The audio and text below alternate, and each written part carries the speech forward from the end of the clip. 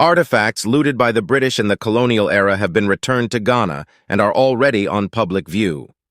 So why is it taking Nigeria so long to put its returned treasures on display? A convoy sped along the busy road from Ghana's capital, Accra, to the central city of Kumasi on the 12th of April, carrying an unusual and highly valuable cargo. A police motorcycle cleared the road with its flashing blue lights and blaring siren. In a van behind were crates containing 32 pieces of gold and silver, including beautiful and intricate necklaces, a peace pipe, and a ceremonial sword. Almost all of these objects were taken by British soldiers who invaded Asante land in 1874 and 1896 and plundered the palace of the king, or Asantehene. They have been in the UK ever since. The convoy drove fast to Kumasi and the Manhia Palace, home of today's king, Otumfuo Osei Tutu II. He opened the crates amid emotional scenes. The Asante people have been asking for the return of the plundered gold for decades. "We did it," said Osei Tutu II. "These items that were stolen, looted, not all of them have come back," the monarch said on the 1st of May, as the gold was publicly displayed in the Manhia Palace Museum. "But those we have here still embody the soul of Asante." Ivor Agyemangua, an author and former diplomat, is the director of the Manhia Palace Museum.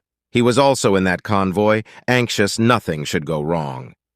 Mr. Agyemangua has been a key player in the negotiations over the return of the Asante gold, which was in two of the UK's leading museums, the British Museum and the Victoria and Albert V&A. He is a cool-headed and persuasive man, but the negotiations have been complicated. The two institutions are prevented by British law from permanently returning items, so the objects have come to Ghana on long-term loan. For many, that is a bitter pill to swallow.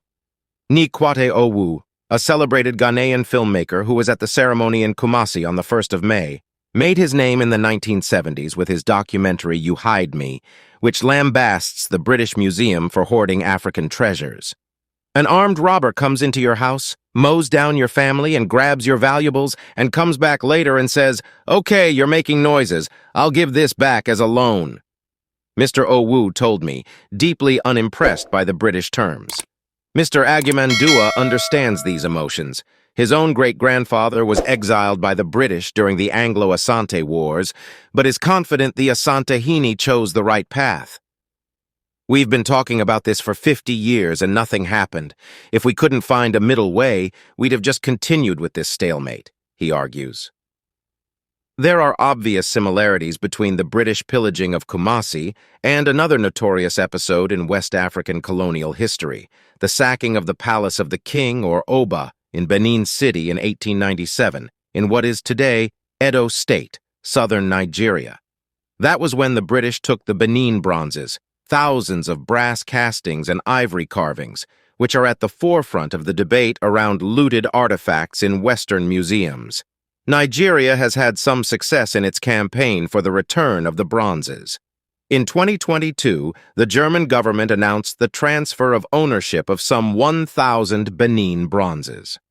Germany's Foreign Minister Annalena Baerbock flew to Nigeria's capital, Abuja, and handed over 22 of the most spectacular objects to the Nigerian government. She said it was a step that was long overdue. Almost 1.5 years later, none of the bronzes she returned have been displayed in public since.